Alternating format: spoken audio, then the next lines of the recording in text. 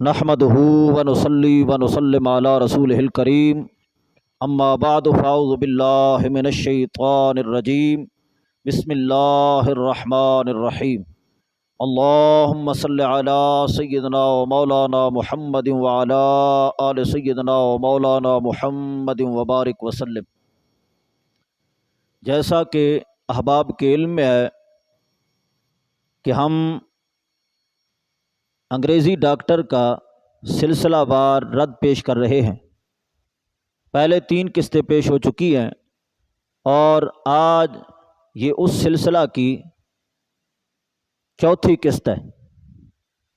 ابھی تک ہم ڈاکٹر کی جانب سے ہمارے اوپر جو الزامات لگائے گئے ہیں ان کا جواب پیش کر رہے ہیں، اور پھر آگے چل کر کے انشاءاللہ الرحمن اپنا موقف دلائل کے ساتھ بیان کیا جائے گا۔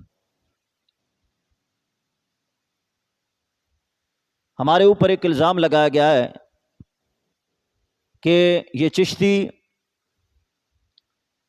یہ کہتے ہیں کہ جس وقت حضرت امیر معاویہ رضی اللہ تعالی عنہ نے یزید کو اپنا ولی عہد مقرر کیا تھا، جانشین مقرر کیا تھا، اس وقت یزید فاسق فاجر نہ تھا۔ کہتے ہیں کہ یہ تو خارجیوں کا نظریہ ہے، خارجی بھی یہی کہتے ہیں کہ جس وقت حضرت امیر معاویہ نے یزید کو اپنا ولی عہد مقرر کیا تھا وہ اس وقت فاسق فاجر نہ تھا، اور وہ بھی یہی کہتے ہیں کہ اگر اس وقت یزید کو فاسق فاجر مانا جائے تو حضرت امیر معاویہ پر اعتراض آتا ہے کہ حضرت امیر معاویہ نے ایک فاسق فاجر کو اور کمینے شخص کو امت پر مسلط کیوں کیا؟ تو کہتا ہے جس طرح خارجی تانے بانے ملا کر اس طرح کی باتیں کرتے ہیں اور یزید کو فسق سے بتاتے ہیں، اسی طرح کی یہ باتیں چشتی بھی کر رہے ہیں، تو لہٰذا یہ سنیت کی خدمت نہیں ہو رہی، یہ خارجیت ہے، یہ خارجیوں کا کام ہے۔ ادھر ادھر کے تانے بانے ملا کر یہ کہنا کہ یزید اس وقت فاسق فاجر نہ تھا، اور اگر کہتے ہیں کہ اس وقت فاسق فاجر تھا تو چونکہ بنانے والے حضرت امیر معاویہ ہیں تو فاسق فاجر کو امت پر مسلط کرنے والے صحابہ کرام پر پھر اعتراض آئے گا۔ تو کہتے ہیں یہ تانے بانے تو خارجی ملاتے تھے اور یہ بات کرتے تھے، یہی بات تم کر رہے ہو تو لہذا تم خارجی ہو، اور یہ سارا کا سارا سنیت کی خدمت نہیں ہو رہی، خارجیت کی ترویج و اشاعت ہو رہی ہے۔ اصل میں یہ سوچ، یہ فکر، یہ نظریہ وہی خارجی سوچ ہے جس پر خارجیوں نے کتابیں میں لکھی۔ 1-2 کتابیں میں آپ کی خدمت میں پیش کرنا چاہوں گا۔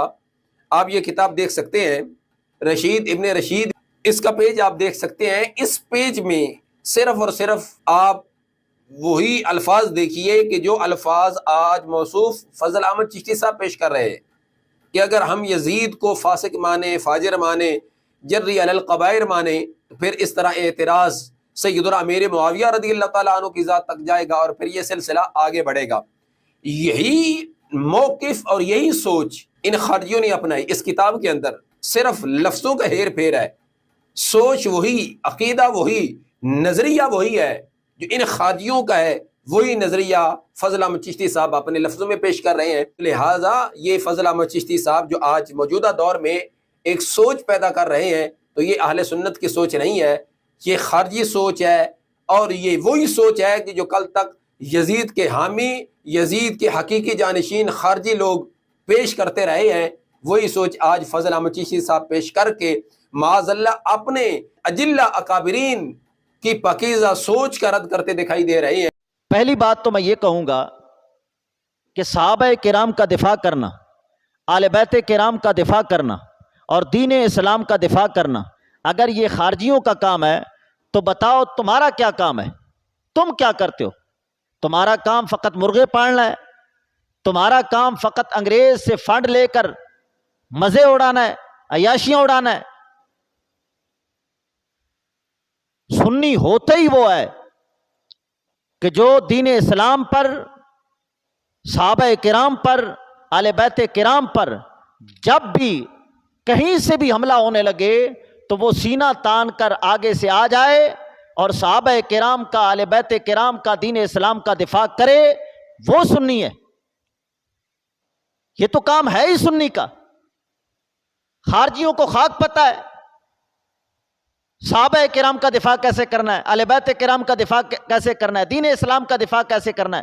وہ تو خود ڈاکو ہیں، وہ تو خود راہزن ہیں، وہ تو خود قاتل ہیں، وہ دفاع کریں گے دین کا، وہ دفاع کریں گے جو خود دین کے قاتل ہیں۔ ناموس رسالت کا وہ دفاع کریں گے جو خود ناموس رسالت کے قاتل ہیں۔ دین اسلام کا دفاع کرنا، صحابہ کرام کا دفاع کرنا، اہل بیت کرام کا دفاع کرنا، یہ سنی مسلمان پر لازم ہے۔ باقی یہ بات ہم کیوں کرتے ہیں کہ جس وقت حضرت امیر معاویہ نے یزید کو اپنا جانشین مقرر کیا، اس وقت یزید کے اندر فسق و فجور نہ تھا۔ یہ کیوں کہتے ہیں؟ اس بنا پر کہتے ہیں اگر مان لیا جائے کہ اس وقت یزید فاسق و فاجر تھا تو چونکہ وہ خود تو نہیں بنا، یہ تو پکی ٹھکی بات ہے، شیعوں کی کتابوں سے، سنیوں کی کتابوں سے اتفاقی مسئلہ ہے کہ یزید خود تخت پہ نہیں بیٹھا تھا، اس کو جانشین بنایا تھا، اپنا ولی عہد مقرر کیا تھا حضرت امیر معاویہ نے، اس کو تو تخت پہ بٹھایا ہے حضرت امیر معاویہ نے۔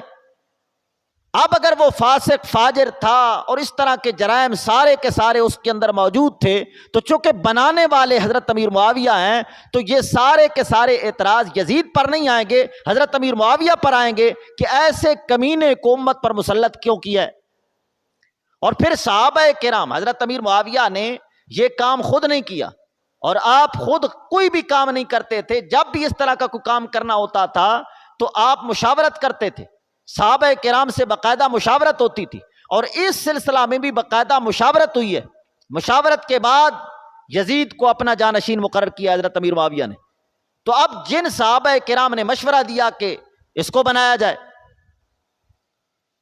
اب ان صحابہ کرام پر اعتراض آئے گا کہ انہوں نے ایک ایسے کمینے شخص کو، فاسق شخص کو، زانی شخص کو، شرابی شخص کو، جس طرح کے کہا جاتا ہے کہ یہ سارے کے سارے جرائم اس کے اندر اس وقت موجود تھے، تو ایسے شخص کو امت پر مسلط کرنے کا مشورہ دیا ہے۔ اب صحابہ کرام پر حملہ آتا ہے، مشورہ دینے والے صحابہ کرام پر حملہ ہوتا ہے، اور حضرت امیر معاویہ بنا رہے ہیں ان پر حملہ ہوتا ہے کہ حضرت امیر معاویہ نے ایسے کمینے شخص کو امت مسلمہ پر مسلط کر دیا ہے۔ اب اگر کہا جائے کہ یہ سارے کے سارے جرائم اس کے اندر موجود ہیں، یہ سارے کے سارے جرائم اس کے اندر پہلے سے موجود ہیں، لیکن حضرت امیر معاویہ کو پتہ نہیں ہے، تو میں کہوں گا کہ اگر نہیں پتہ حضرت امیر معاویہ کو، لیکن تم تو کہتے ہو کہ یزید کا فسق فجور جو ہے تواتر سے ثابت ہے، تواتر سے تم کہتے ہو کہ یزید کا فسق فجور، اور یہ ساری کی ساری باتیں یزید سے تواتر سے ثابت ہیں۔ لازمی بات ہے یہ تواتر آگے کیسے چلا؟ یزید کے دور کے جو بندے انہی کو معلوم ہوگا نا یزید کے اندر یہ برائیاں ہیں۔ تو اب یزید کے دور میں جن کو یہ سارے کے سارے جرائم کا علم ہے، انہوں نے حضرت امیر معاویہ کو بتایا یا نہیں؟ اگر انہیں علم ہے اور انہوں نے بتا دیا حضرت امیر معاویہ کو، اب پہلے تو پتہ نہ تھا لیکن اب تو پتہ چل گیا، جب صحابہ کرام نے بتا دیا، اور جو بیعت سے انکار کرنے والے چند صحابہ کرام ہیں وہ جید صحابہ کرام ہیں، ابتداً 5 صحابہ کرام نے بیعت سے انکار کیا، حضرت عبد الرحمن بن ابی بکر اور حضرت عبداللہ بن زبیر، حضرت امام حسین، حضرت عبداللہ بن عباس، یہ افراد بیعت سے انکار کر رہے ہیں۔ حضرت عبد الرحمن بن ابی بکر جو ہے وہ اسی حالت میں انتقال فرما گئے، حضرت عبداللہ بن عباس اور عبداللہ بن عمر انہوں نے بیعت کر لی ہے، آخر میں عبداللہ بن زبیر اور حضرت امام حسین رہ گئے جنہوں نے بیعت نہیں فرمائی، لیکن ابتداً 5 ہیں جو بیعت سے اس وقت انکار کر رہے ہیں، باقی سارے کے سارے صحابہ کرام نے بیعت کر لی۔ یہ باقاعدہ میں انشاءاللہ الرحمن حوالہ جات سناؤں گا کہ سارے کے سارے صحابہ کرام بیعت کر رہے ہیں۔ یا فی الحال پہلے ایک حوالہ پیش کر دیتا ہوں. یہ میرے ہاتھ میں ہے شرح مسلم غلام رسول سعیدی کی. یہ میں آج کے درس کے اندر سارے کے سارے اردو حوالہ جات اس وجہ سے پیش کروں گا کہ جن سے میری بات ہو رہی ہے ان کی سطح بس اتنی ہے. یہ وہ لوگ ہیں کہ جن سے میں بات کر رہا ہوں، یہ وہ لوگ ہیں علم والے، کنز العلماء ہیں، کہ راولپنڈی کے اندر ان کا مناظرہ ہوا. مناظرہ کرنے کے لیے جو مناظرین تشریف لائے، کتنا علم کا خزانہ لے کر آئے. یہی شرح صحیح مسلم غلام رسول سعیدی والی، اس کی ایک جلد، بہار شریعت کی جلد اول، سیف عطا محمد بندیالوی صاحب والی، اور تصفیہ، اور ایک 5ویں کتاب تھی جس کا بھی نام یاد نہیں ہے کہ کون سی 5ویں تھی. یہ 5 کتابیں لے کر آئے ہیں، مناظرہ کرنے کے لیے جا رہے ہیں مناظرہ کرنے کے لیے، اور اتنا علمی خزانہ لے کر جا رہے ہیں کہ بہار شریعت حصہ اول، تصفیہ، سیف العطا، شرح صحیح مسلم غلام رسول سعیدی کی، اور اس کے علاوہ ایک 5ویں کتاب بھی تھی جس کا مجھے نام بھول گیا ہے. چھوٹے سے شاپر کے اندر یہ 5 کتابیں ڈالی ہوئی ہیں اور جا رہے ہیں مناظرہ کرنے کے لیے. ان کی علمی سطح کتنی بلند ہے، آپ اندازہ لگا سکتے ہیں کہ مناظرہ کے لیے جا رہے ہیں اور کتنے بڑے بڑے دلائل لے کر جا رہے ہیں. تو لہٰذا ان کی علمی سطح کے مطابق بات کر رہا ہوں. شرح صحیح مسلم کی جلد نمبر 3 ہے اور صفحہ نمبر 607 ہے. لکھتے ہیں کہ ہم پہلے بیان کر چکے کہ حضرت عبداللہ بن زبیر، حضرت امام حسین، انہوں نے یزید کی بیعت نہیں کی. اس کے علاوہ باقی تمام کے تمام صحابہ کرام نے یزید کی بیعت کر لی تھی. اس کا سبب یہ تھا کہ حضرت امیر معاویہ نے اپنی زندگی میں یزید کی بیعت لی تھی، کیونکہ حضرت امیر معاویہ رضی اللہ تعالی عنہ اسلام اور مسلمانوں کے خیر خواہ تھے، اور گزشتہ جنگوں اور خون خرابے سے اچھی طرح سے یہ جان چکے تھے کہ اگر خلافت اور امارت کو یوں ہی مسلمانوں کی ثوابدید پر چھوڑ دیا یا انتخاب خلیفہ کے لیے کوئی مجلس شورا مقرر نہ کر دی تو یہ لوگ کبھی بھی ایک شخص پر متفق نہیں ہوں گے، بلکہ مختلف علاقوں میں خلافت کے مدعی ضرور اٹھ کھڑے ہوں گے، جس سے اختلاف اور خون ریزی ہوگی. اور اگر خلافت بنو ہاشم کی طرف منتقل کر دی تو بنو امیہ جو اس وقت بہت بڑی طاقت بن چکے ہیں اس کو کبھی بھی تسلیم نہیں کریں گے. ان حالات کی بنا پر انہوں نے یزید کو جانشینی کے لیے منتخب کر لیا. آگے علامہ ابن خلدون کے حوالے سے لکھا کہ اس وقت یزید میں صرف گانا سننے کا عیب تھا، اور گانا سننے میں صحابہ کرام کا اختلاف تھا، کہ اس وقت یزید کے اندر کسی قسم کا اور فسق فجور نہیں ہے، فقط کہتے ہیں کہ گانا سنتا تھا یزید. اور گانا سننے میں صحابہ کرام کا اختلاف تھا کہ کچھ صحابہ بھی گانا سننے کو جائز سمجھتے تھے. یہ انہوں نے ترجمہ غلط کیا ہے. گانا سننے میں صحابہ کرام کا اختلاف نہیں ہے، سماع کے سلسلہ میں اختلاف ہے. اور یزید سماع کرتا تھا، سماع سنتا تھا. اور کہتے ہیں کہ اور حضرت امیر معاویہ ایسے عظیم الشان صحابی اس سے بری ہے کہ وہ یزید کی بدعنوانیوں کو دیکھتے ہوئے اس کو ولی عہد مقرر کر دیتے.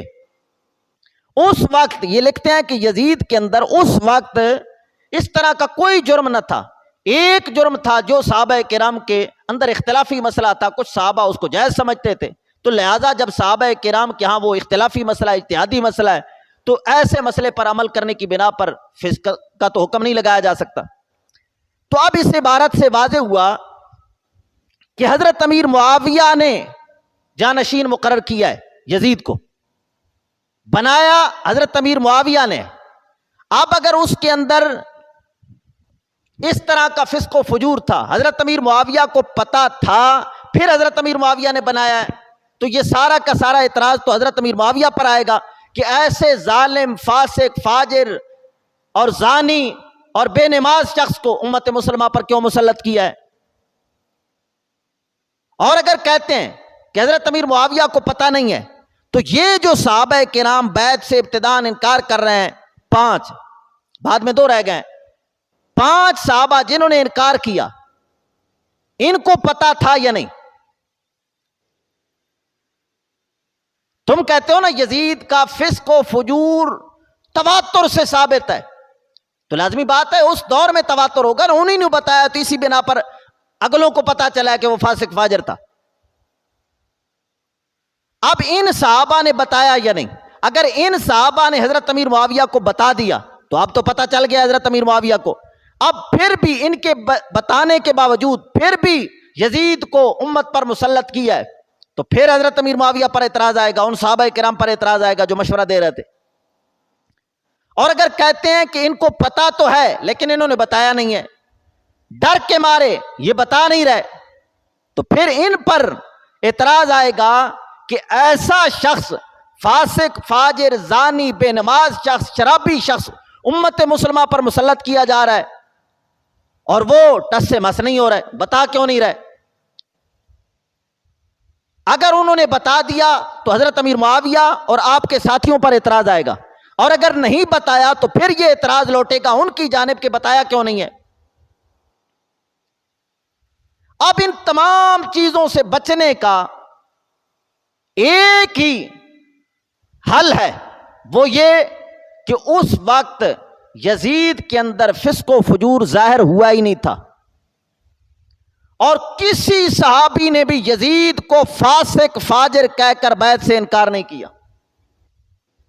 یہ تو کہتے ہیں نا تواتر سے ثابت ہے، صحابہ کرام نے جنہوں نے بیعت نہیں کی اسی بنا پر نہیں کی تھی کہ یزید فاسق و فاجر تھا، اور یزید کا فسق تواتر سے ثابت ہے کہ یزید کا فسق و فجور اہل بیت کے ساتھ یزید کا ظلم و ستم یہ تواتر کے ساتھ ثابت ہے، اس کا انکار نہیں کیا جا سکتا۔ ڈاکٹر جی تم کنز العلماء ہو، کتنا بڑا علم کا خزانہ ہے آپ کے پاس۔ بوراول پنڈی کے اندر ہم دیکھ چکے ہیں کہ 5 کلو والے شاپر کے اندر 5 کتابیں لے کر آپ مناظرہ کے لیے تشریف لائے تھے، بہت بڑا علم کا خزانہ ہے آپ کے پاس، اور آپ نے دعویٰ کیا ہے تواتر کا۔ شاید آپ کو نہ پتا ہو کہ تواتر کیا ہوتا ہے۔ تواتر بہت بڑی چیز ہے۔ میں آپ سے فقط ایک خبر واحد صحیح کا مطالبہ کرتا ہوں، ایک خبر واحد صحیح پیش کر دیں جس کے اندر یہ ہو کہ فلانے صحابی نے یزید کی بیعت سے انکار کر دیا ہے اور سبب یہ بیان کیا ہے کہ یزید فاسق و فاجر ہے، زانی ہے، شرابی ہے، اس بنا پر میں بیعت نہیں کرتا۔ آپ نے تواتر کا دعویٰ کیا ہے، میں تواتر کی نہیں شرط لگاتا کہ خبر متواتر لائیں، کچھ تواتر والی بات لائیں، میں آپ سے فقط ایک خبر واحد صحیح کا، ایک صحابی کا قول طلب کر رہا ہوں، صحیح سند سے آیا ہو کہ اس صحابی نے کہا ہو کہ میں بیعت نہیں کرتا اس بنا پر کہ یزید فاسق و فاجر ہے۔ یہ آپ پر قرض ہے، آپ تو کہتے ہیں نا ہم کسی کا قرض نہیں چھوڑتے، لہذا ہمارا بھی قرض چھوڑنا نہیں ہے، یہ ادا کرنا ہے۔ ایک خبر واحد صحیح، ایک خبر واحد صحیح کہہ رہا ہوں، یہ نہ کہنا کہ یار حدیث میں یہ سند کا کیوں قید لگاتے ہیں، یہ میں بتاؤں گا کہ کیوں قید لگاتے ہیں، سند کے بغیر کیوں بات معتبر نہیں ہوتی۔ ایک خبر واحد صحیح پیش کر دیں جس کے اندر ہو کہ کسی صحابی نے کہا ہو کہ ہم بیعت نہیں کرتے اس بنا پر کہ یزید فاسق و فاجر ہے۔ تمام کی تمام کتابیں اس بات پر متفق ہیں، روایات ثابت کرتی ہیں کہ اس وقت کسی صحابی نے بھی یزید کو فاسق فاجر کہہ کر بیعت سے انکار نہیں کیا۔ کیوں انکار کیا تھا انشاءاللہ الرحمن اگلے دروس کے اندر میں صحیح سند کے ساتھ روایات پیش کروں گا۔ تو اب صحیح موقف یہ ہے کہ اس وقت یزید کے اندر فسق و فجور ظاہر نہیں ہوا تھا۔ اگر کہتے ہیں کہ اس وقت فاسق فاجر تھا پھر حضرت امیر معاویہ نے بنایا، حضرت امیر معاویہ پر اعتراض آتا ہے۔ اگر کہتے ہیں کہ ان کو نہیں پتا، دوسرے صحابہ کرام کے علم میں ہے، تو اگلے صحابہ کرام ان کے علم میں تھا، انہوں نے حضرت امیر معاویہ کو بتایا یا نہیں؟ اگر بتا دیا تو پھر اعتراض آئے گا حضرت امیر معاویہ پر کہ پتہ لگ جانے کے باوجود، اتنے جید صحابہ کرام کی شہادتوں کے باوجود پھر ایک ظالم فاسق شرابی کو امت پر مسلط کر دیا۔ اور اگر کہتے ہیں کہ ان صحابہ کرام نے یہ سارا کا ساجرہ ماجرہ دیکھ کر بھی اور پتہ ہونے کے باوجود کہ یہ فاسق ہے، شرابی ہے، بے نماز ہے، ساری کی ساری کمینگیاں ہیں، پھر بھی امت پر مسلط ہوتا دیکھ کر نہیں بولے، تو پھر ان صحابہ کرام پر اعتراض آئے گا جن کو پتا تھا بتایا نہیں ہے۔ ان تمام چیزوں سے بچنے کا ایک ہی حل ہے، وہ یہ کہ اس وقت یزید کے اندر فسق و فجور ظاہر نہیں ہوا تھا. حضرت امیر معاویہ نے یزید کو اپنا جانشین مقرر کیا، اپنا ولی عہد بنایا، ساری کی ساری شرائط اور جتنی کی جتنی چیزیں خلیفہ کے اندر، جانشین کے اندر ہونی ضروری تھی، وہ ساری کی ساری باتیں دیکھ کر حضرت امیر معاویہ نے اس کو ولی عہد مقرر کیا. ساری کی ساری شرائط، قیودات جتنی بھی تھی، ساری کی ساری دیکھ کر مکمل پائی، تب جا کر کے یزید کو اپنا جانشین مقرر کیا. بعد میں جو ہوا سو ہوا. حضرت امیر معاویہ کے زمانہ میں یزید فاسق و فاجر نہ تھا. یہ خارجیوں کا نظریہ نہیں ہے، یہ اہل سنت کا نظریہ ہے. اس کے بغیر صحابہ کرام کا دفاع ہو ہی نہیں سکتا. اگر کوئی اور کسی اور طریقے سے صحابہ کرام کا دفاع ہو سکتا ہے تو بتاؤ. اور تم کہہ رہے تھے نا کہ یہ خارجیت کا نظریہ ہے، یہ خارجیوں کا نظریہ ہے. تو ابھی میں چند حوالہ جات پیش کرتا ہوں، بتانا یہ سارے کے سارے خارجی ہیں. یہ پہلا میں حوالہ پیش کر رہا ہوں مفتی احمد یار خان نعیمی صاحب کا. ان کی کتاب ہے حضرت امیر معاویہ پر ایک نظر. اس کتاب کے اندر انہوں نے یہی بات بیان کی ہے کہ جس وقت حضرت امیر معاویہ نے یزید کو ولی عہد مقرر کیا، اس وقت یزید کے اندر فسق و فجور ظاہر نہ تھا.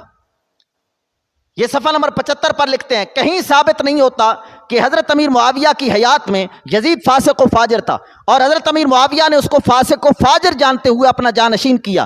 یزید کا فسق و فجور حضرت امیر معاویہ کے بعد ظاہر ہوا، آئندہ کا فسق فی الحال فاسق نہ بنائے گا.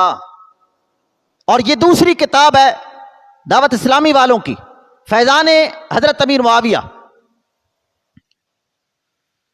اس کے اندر صفحہ نمبر 221 پر یہی نعیمی صاحب والی عبارت لاتے ہیں، کہتے ہیں کہیں ثابت نہیں ہوتا کہ حضرت امیر معاویہ کی حیات میں یزید فاسق و فاجر تھا اور حضرت امیر معاویہ نے اس کو فاسق و فاجر جانتے ہوئے اپنا جانشین کیا. یزید کا فسق و فجور حضرت امیر معاویہ کے بعد ظاہر ہوا، آئندہ کا فسق فی الحال فاسق نہ بنائے گا.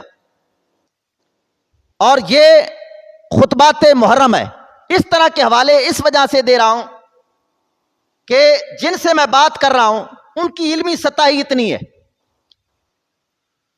اگر کوئی حضرت امام اہل سنت سے پہلے کے علماء کرام کے بزرگان دین کے حوالے چاہتا ہے تو ایک لمبی فہرست اس سلسلہ میں پیش کی جا سکتی ہے، لیکن چونکہ انہوں نے کہا ہمارے تمام کے تمام امام، ہمارے تمام کے تمام ائمہ، امام اہل سنت سے لے کر تاجدار گولڑا تک، ائمہ کی فہرست کیا بیان کر رہے ہیں؟ امام اہل سنت سرکار سے لے کر تاجدار گولڑا تک. اولاً ہم اپنے ائمہ اعلی حضرت سے لے کر تاجدار گولڑا تک سب کا موقع پیش کر دیں کہ ہم کس طرف ہیں اور یہ کس طرف ہیں. کتنی صدیاں ہیں امام اہل سنت سرکار سے لے کر تاجدار گولڑا تک، کتنی صدیاں ہیں. ایسے یہ جملہ دہرا رہا تھا جیسے امام اہل سنت اور تاجدار گولڑا کے زمانے تک بہت بڑا، امام اہل سنت اور تاجدار گولڑا تک بہت بڑے ایک لمبے عرصہ کا فاصلہ ہے. حالانکہ تاجدار گولڑا اور تاجدار بریلی یہ ایک زمانہ کے ہیں، ہم عصر ہیں. اور فوز المقال کے اندر لکھا ہے باقاعدہ ان کی آپس میں ملاقات ہے اور باقاعدہ تاجدار گولڑا نے اعلیٰ حضرت سرکار سے مسئلے پوچھے اور تاجدار بریلی کے کچھ فتاوی جات پر تاجدار گولڑا کے باقاعدہ دستخط موجود ہیں، تصدیق موجود ہے. اور ایک آدھ فتویٰ اس طرح کا فتاوی رضویہ شریف کے اندر بھی ہے کہ اس کے اوپر تاجدار گولڑا کی تصدیق ہے. تو یہ کہنا کہ تاجدار بریلی سے لے کر تاجدار گولڑا تک، تاجدار بریلی سے لے کر تاجدار گولڑا تک، اور پھر آگے کہتا ہے اتنی صدیوں کے علماء کا اس بات پر اتفاق ہے. یہ ہم نے اپنے اکابر اہل سنت کا موقع پیش کر دیا، جن کی تحقیقات سے اہل سنت مطمئن ہیں، صدیوں سے انہی کے بتائے ہوئے نظریات پر قائم ہیں۔ اتنی صدیاں، یعنی تاجدار بریلی سے لے کر تاجدار گولڑا تک بہت صدیاں بنتی ہیں نا، تو جو اس طرح بے وقوف ہیں، جن کو اتنا تک نہیں پتا کہ تاجدار گولڑا کس زمانہ کے ہیں اور تاجدار بریلی کس زمانہ کے ہیں، اس سطح والے جو لوگ ہیں ان کے لیے ان کی سطح کے مطابق حوالہ جات پیش کر رہا ہوں۔ یہ خطبات محرم ہے، اس کا صفحہ نمبر 292 ہے۔ یہ لکھتے ہیں رہا یزید کا فسق و فجور، تو یہ کہیں ثابت نہیں کہ حضرت امیر معاویہ کی زندگی میں یزید فاسق و فاجر تھا، اور نہ یہ ثابت ہے کہ انہوں نے یزید کو فاسق و فاجر جانتے ہوئے اپنا جانشین بنایا۔ یزید کا فسق و فجور دراصل حضرت امیر معاویہ کی وفات کے بعد ظاہر ہوا، اور فسق ظاہر ہونے کے بعد فاسق قرار دیا جاتا ہے، نہ کہ پہلے۔ آگے مثالیں بھی پیش کیے، اور یہ کتاب میرے ہاتھ میں ہے، حضرت امیر معاویہ پر تان کیوں۔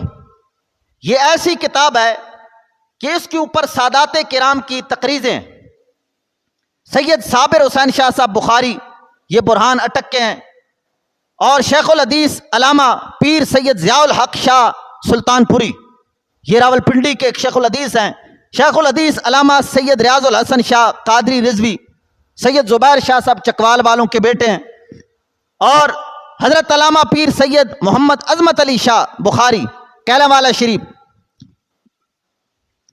علامہ پیر سید اشفاق حسین شاہ بخاری، اس طرح کے بہت سارے سادات کی تقریزیں، اور حضرت علامہ پیر سید غلام نظام الدین مہروی مہرآباد شریف والے، اور نعیم الدین مراد آبادی کے نواسے، اس طرح کے سادات کرام کی تقریزوں کے ساتھ یہ کتاب ہے، فقط سادات کرام کی تقریزیں۔ اس کتاب کے صفحہ نمبر 149 پر بھی یہی ہے، لکھتے ہیں اس وقت حضرت امیر معاویہ اور دیگر صحابہ کرام کو یہ نہیں پتا تھا کہ یزید کا کردار اتنی گنونی صورت اختیار کر لے گا، یعنی ابھی تک تو نہیں تھا نا، ان کو پتا نہیں تھا کہ یہ اس طرح کا کردار اپنا لے گا۔ اسی لیے اس وقت کسی بھی صحابی نے یزید کو فاسق و فاجر کہہ کر اس کی ولی عہدی سے انکار نہیں کیا۔ بعض دفعہ انسان سوچتا کچھ ہے لیکن ہوتا کچھ اور ہے، آئندہ کے حالات کا کسے علم ہوتا ہے کہ آگے کیا ہوگا۔ کہتے ہیں کہ اس وقت یزید کے اندر فسق و فجور نہیں تھا، اور نہ ہی صحابہ کرام کے علم میں تھا کہ یزید کا کردار ایسا بن جائے گا۔ یعنی کیا مطلب، اس وقت یزید کے اندر فسق و فجور نہیں ہے۔ اور اسی کتاب کے صفحہ نمبر 161 پر ہے، حضرت امیر معاویہ کے اس فیصلہ کی چند صحابہ کرام نے مخالفت کی، اور وہ بھی صرف اس لیے کہ ان کو اس وقت یزید سے اختلاف نہیں تھا، یعنی جو بیعت سے انکار کرنے والے تھے ان کا اختلاف یزید سے نہیں تھا، بلکہ اس طریقہ کار پر اختلاف تھا جو حضرت امیر معاویہ نے اختیار کیا تھا، کہ ان سے پہلے جو خلفائے راشدین گزرے ہیں انہوں نے اپنے بیٹوں کو، جو کہ علم و فضل زہد و تقوی میں یزید سے 1000 درجہ افضل و اعلیٰ ہیں، اپنا ولی عہد نہیں بنایا۔ تو آپ نے، اے حضرت امیر معاویہ، آپ نے کیوں کیا ایسا؟ یعنی جن کو اختلاف تھا، اس طریقہ کار پر اختلاف تھا، یزید کے فسق و فجور کی بنا پر اختلاف نہیں تھا، اختلاف یزید سے نہیں تھا، اختلاف حضرت امیر معاویہ سے تھا کہ یہ طریقہ آپ نے اپنے اجتہاد کے مطابق درست نہیں اختیار فرمایا۔ ان کا اجتہاد وہ تھا اور ان کا اجتہاد یہ تھا۔ تو یہ سارے کے سارے علماء یہ لکھ رہے ہیں کہ جس وقت حضرت امیر معاویہ نے یزید کو اپنا جانشین مقرر کیا، اس وقت یزید فاسق و فاجر نہ تھا۔ اگر کہتے ہیں کہ اس وقت فاسق و فاجر تھا، یہ ساری کی ساری کمینگیاں تھی، پھر بھی حضرت امیر معاویہ نے بنا دیا، تو پھر سارے کا سارا یہ ملبہ حضرت امیر معاویہ پر جائے گا کہ ایسے کمینے کو، ایسے ظالم فاسق کو امت پر مسلط کر دیا ہے۔ اور اگر کہتے ہیں ان کو پتہ نہیں ہے، تو پھر انہوں نے بتایا دوسرے صحابہ نے کہ نہیں؟ اگر بتایا تو پھر تو پتہ چل گیا ہے، اگر انہوں نے نہیں بتایا تو پھر اعتراض ان پر آئے گا کہ یہ سارا کا سارا ماجرا دیکھ کر بول کیوں نہیں رہے؟ تو اب ایک ہی حل ہے جو صحیح روایات بتاتی ہیں کہ اس وقت صحابہ کرام کے علم میں یہ نہ تھا کہ یزید فاسق و فاجر ہے۔ کسی صحابی نے بھی اس وقت یزید کو فاسق و فاجر نہیں کہا۔ آپ نے کہا نا تواتر سے ثابت ہے، یہ تواتر آپ نے لانا ہے، لیکن تواتر آپ سے نہیں ہو سکے گا. میں آپ سے خبر واحد صحیح کا مطالبہ کر رہا ہوں، اگر ہمت ہے تو ایک خبر واحد صحیح پیش کریے. تو لہذا یہ خارجیت نہیں ہے، یہی سنیت ہے. صحابہ کرام کا، اہل بیت کرام کا اور دین اسلام کا تحفظ کرنا، دفاع کرنا، یہ خارجیوں کا کام نہیں ہے، یہ سنیوں کا کام ہے. اللہ تعالی دین اسلام، صحابہ کرام، اہل بیت کرام کا